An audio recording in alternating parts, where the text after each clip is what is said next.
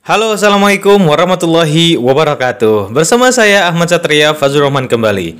Oke kawan-kawan, pada kesempatan kali ini saya akan berbicara hal yang agak sensitif ya kawan-kawan. Ini terkait dengan seorang pemain bernama Sadil Ramdhani yang menjadi sorotan akhir-akhir ini. Entah menjadi sorotan netizen, kemudian sorotan beberapa pemerhati sepak bola juga. Termasuk ya menjadi sorotan saya secara pribadi ya. Hal ini sengaja saya utarakan karena ini penting supaya menjadi pelajaran juga bagi para pemain yang lain ya, pemain yang lain terutama para pemain tim nasional agar tidak mengulangi hal yang sama seperti yang dilakukan oleh seorang Sadil Ramdhani.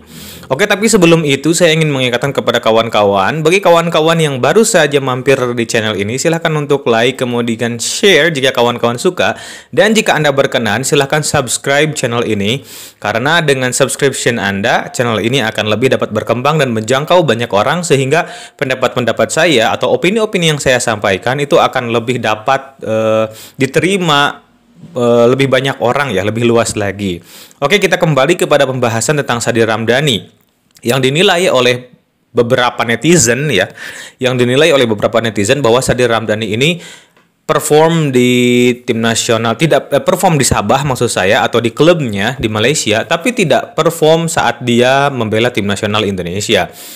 Terakhir Sadil menunjukkan performanya itu saat Indonesia melawan Palestina di FIFA Matchday sebelum melawan Argentina di bulan ini ya, dan dinilai permainan Sadil oleh para netizen itu kurang mencolok, tidak baik. Nah, sehingga Sadil baru-baru ini memberikan statement, akhirnya memberikan balasan kepada para netizen yang mengolok-ngoloknya di sosial media. Untuk kali ini, saat video ini dibuat, Sadil Ramdhani menutup kolom komentarnya, juga foto profil di Instagramnya itu tanda silang cross ya. Itu menandakan bahwa ada sesuatu yang terjadi kepada seorang Sadil Ramdhani. But before everything, I want to state that Sadil Ramdhani is a very good player. He deserve more than this ya. Dia memberikan banyak sekali kontribusi bagi negara Indonesia ya, semenjak di timnas junior sampai sekarang. Saya merasa bagaimana ya? Sebelum kita berbicara kepada seorang Sadil Ramdhani, saya merasa tidak setuju dan tidak sepakat terhadap apa yang ditunjukkan oleh para netizen. Ya, yang nama juga netizen, kita paham lah, apalagi netizen Indonesia ya, yang mohon maaf agak tidak ramah ketika berkomentar atau memberikan opini di sosial media, seperti nggak ada remnya sama sekali. Nah, itu dia netizen Indonesia. Mohon maaf, bukan saya mendiskreditkan netizen Indonesia dan juga membuat atau menggeneralisir ya netizen seluruh internet Indonesia. Pasti ada netizen yang baik, tapi kebanyakan oknum gitu ya, itu tidak mampu ngerem, tidak mampu memfilter apa yang harus ia upload di media sosial, apa yang harus ia komentari di media sosial. Di beberapa platform contohnya saja, saat kita menonton live streaming, entah itu live streaming sepak bola, kita berbicara tentang sepak bola dulu saja ya. Itu di beberapa platform ya, live streaming nonton online gitu, karena sepak bola kita, liga kita itu tidak hanya bisa diakses dari TV, tapi juga bisa diakses di salah satu platform. Contohnya, yang gak usah saya bilang di sini, takutnya disponsori ya kawan-kawan. Nah, jadi ketika saya nonton, wah, itu yang namanya komentar-komentar itu, entah itu komentar rasis, entah itu komentar yang menyudutkan, menyerang pribadi, itu banyak sekali, dan saya sangat prihatin dengan hal seperti ini. Dan apa yang ditunjukkan oleh Sadil Ramdhani menurut saya itu juga sesuatu hal yang tidak usah dilakukan. Membalas netizen dengan komentar yang mohon maaf agak sensitif juga ya kawan-kawan. Ada beberapa poin yang diutarakan oleh Sadil Ramdhani dalam curhatannya di sosial media sebagai sarana pembalasan kepada netizen. Yang pertama adalah tentang ia tidak diberikan keleluasaan bermain di tim nasional. Jadi saya akan menguraikan beberapa hal yang ia komentari atau yang ia state yang ia utarakan, nyatakan dalam sosial medianya. Yang pertama adalah ia mengeluhkan ya, ia mengeluh bahwa dirinya kalau di Sabah ia merasa bebas bermain, sedangkan di timnas ia tidak bebas bermain. Karena ia hanya diberikan kesempatan beberapa menit saja, 7 menit lah, 20 menit, atau beberapa menit lah, 5 menit, dan lain sebagainya. Saat melawan Palestina pun kan, ia masuk di babak kedua ya kawan-kawan. Kemudian di beberapa match sebelum-sebelumnya, ia menjadi pemain yang tidak main full, seperti pemain-pemain lainnya. Menurut saya ini nggak usah diutarakan di media sosial ya kawan-kawan. Karena begini, yang namanya seorang pelatih pasti ia tahu kapan Sadil dimasukkan, kapan tim membutuhkan seorang Sadil, kapan tim belum membutuhkan seorang Sadil di tengah lapangan. Kalau di Sabah mungkin Sadil cocok dengan apa yang diinginkan oleh pelatih. Mungkin Sadil yang cocok menempati tempat tersebut. Tapi ketika di tim nasional, berbeda halnya dengan tim nasional. Tim nasional itu berat loh. Masuk saja, dipanggil saja menjadi seorang pemain nasional, tim nasional, itu sudah menurut saya suatu hal yang harus disyukuri. Entah bermain diturunkan atau tidak, itu nggak apa-apa. Karena apa? Karena dengan dipanggilnya saja kita sudah diapresiasi. Dan yang namanya juga tim nasional loh. Pasti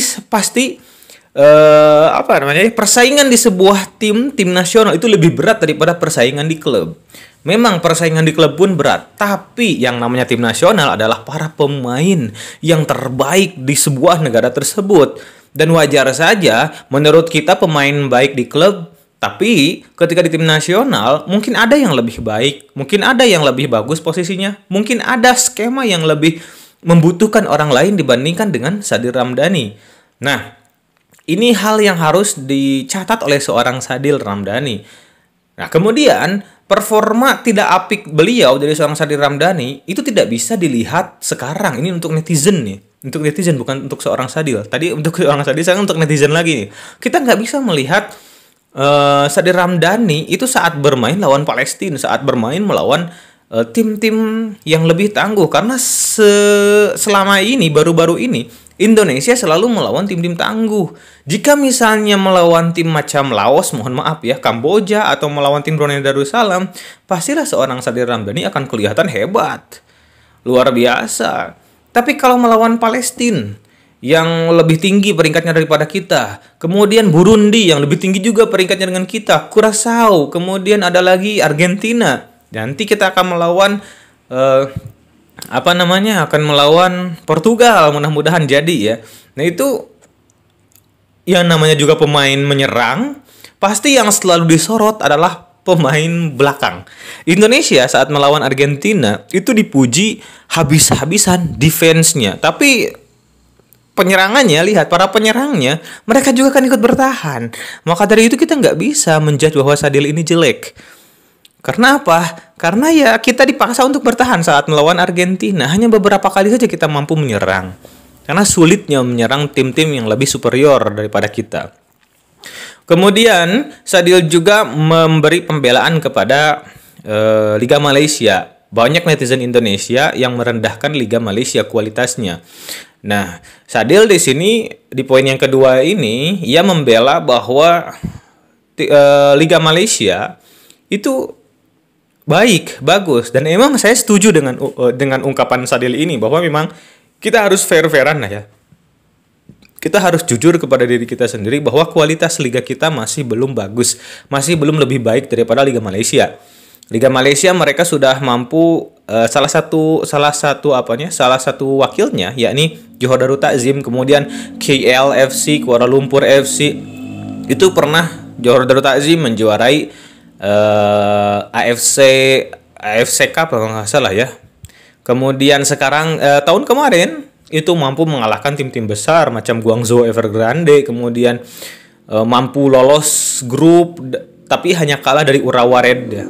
Kalah dari Urawa Red, dibantai waktu itu hanya sama Urawa Red. Tapi saya yakin bahwa Johor Darul Takzim sekarang akan menunjukkan performa baik lagi di bawah pelatih yang baru. Kemudian memiliki pemain-pemain yang hebat. Salah satunya adalah pemain nasional kita yakni Jordi Amat. Nah, ini untuk nomor kedua ini memang saya setuju. Saya setuju untuk hal ini. Tapi Indonesia sekarang sudah menunjukkan tren positif nih di bawah Pak Erick Thohir dengan akan digulirkannya liga sebentar lagi dan akan diberlakukannya VAR. Hanya satu saja yang saya tidak setuju, yakni adalah penggunaan para pemain asing yang terlalu banyak. Saya memang pro terhadap naturalisasi, sangat pro terhadap naturalisasi, karena kualitas pemain kita yang belum baik ya. Maka dari itu naturalisasi sangat perlu untuk saat ini, for now.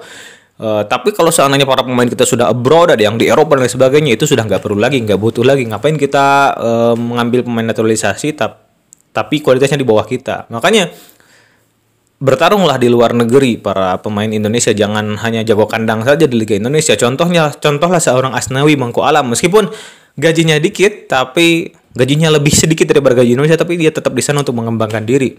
Lihat kan, bisa ngontekin Garnacho. Kemudian nomor 3, di Liga Super Malaysia, sudah tadi ya Liga Super Malaysia. Kemudian ini yang saya tidak setuju dari seorang Sadil, menyebut bahwa para pemain keturunan kita, para pemain naturalisasi itu dianggap pemain pendatang. Oke, mengapa saya tidak setuju? Karena Sadil seperti mengotak-ngotakan ya, memberikan dikotomi di sini, mendikotomi mana pemain Indonesia, mana pemain pendatang. Jika dengarkan ya, jika seseorang telah embrace ya, dia menerima kewarganegaraan Indonesia, maka dia berhak untuk membela negara kesatuan Republik Indonesia dalam hal apapun. Sekarang kita lihat seorang Mark Klok, ia memang tidak memiliki darah Indonesia sedikit pun, tapi jiwanya jiwa Indonesia. Dia sudah memiliki kewarganegaraan Indonesia dan ia berhak untuk membela Indonesia sebagai negara barunya. Kemudian ada Rafael Strike, kemudian ada Elkan Baggett, kemudian ada juga Jordi Amat. Gak usah kita ada Sandy Walsh ya, kemudian Seni Patinama. Gak usah kita menanyakan lagi bagaimana cinta mereka terhadap NKRI. Coba kita lihat saja, putar ulang kawan-kawan, lihat di YouTube kalau nggak percaya, saat mereka semuanya menyanyikan lagu Indonesia Raya, Indonesian National Anthem pas melawan Argentina. Itu saya salut sekali kepada para pemain keturunan ini. Saya sebut pemain keturunan ya, kecuali Mark Klok. Kalau Mark Klok tadi saya sudah bilang bahwa ya betul-betul naturalisasi karena tidak ada dari Indonesia. Tapi dia sudah hebat, menunjukkan kontribusinya luar biasa melawan Argentina, luar biasa. Nah, beberapa pemain tadi yang saya sebutkan itu memiliki darah Indonesia. Mereka berhak seperti kita. Mereka berhak untuk membela tanah airnya. Entah itu dari neneknya, darahnya, entah dari kakeknya, entah dari ibunya, entah dari ayahnya. Dan lihat ya di YouTube, lihat banyak itu. Ketika mereka menyanyikan lagu Indonesia Raya, mereka bernyanyi dengan sepenuh hati. Lihat Jordi Amat, sampai hafal.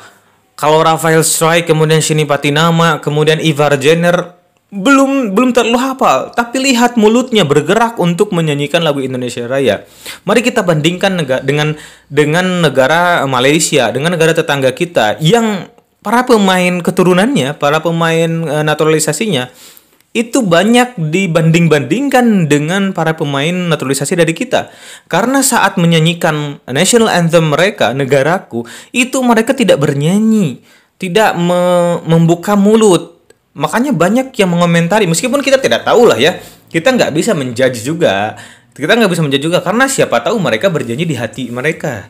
Mereka tidak menunjukkan, jadi maksud saya tidak, bingung juga saya menjelaskannya.